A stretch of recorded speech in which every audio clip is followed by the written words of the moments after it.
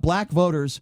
A black voter asked Donald Trump about his MAGA slogan, Make America Great Again slogan, and how that applies to Black America. So, Sean, I want to go ahead and I want to play that clip, please. This is the voter asking Donald Trump about the Make America Great Again slogan.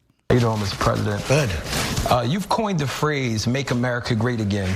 Right. When has America been great for African Americans in the ghetto of America? Are you aware of how tone deaf that comes off to African American community? Well, I can say this. We have tremendous African-American support. You've probably seen it in the polls. We're doing extremely well with African-American, Hispanic-American at levels that you've rarely seen a Republican have.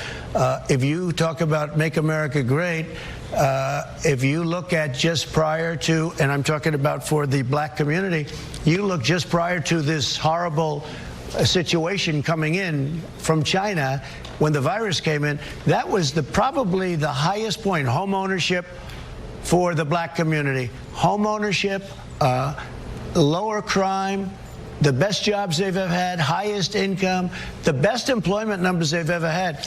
If you go back and you want to look over many years, you could just go back 6 or 7 months from now. That was the best single moment in the history of the African-American people in this country, I think, I would say.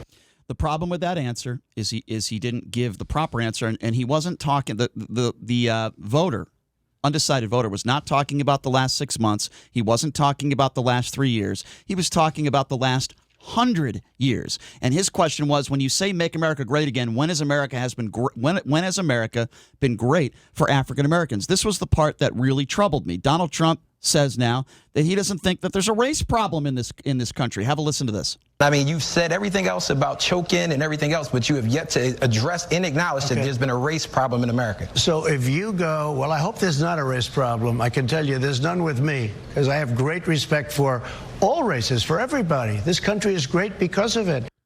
Okay, let's take. I don't even want to respond to that. Let's take your phone calls. How is that troubling? By the way, we need to play this Biden clip that I haven't. Sean's got it up. So Sean, let's play that Biden clip real quick. Because if you could take care, if you were a quartermaster, you can sure in health take care of running a department store thing, where in the second floor of the ladies' department or whatever. You know what I mean?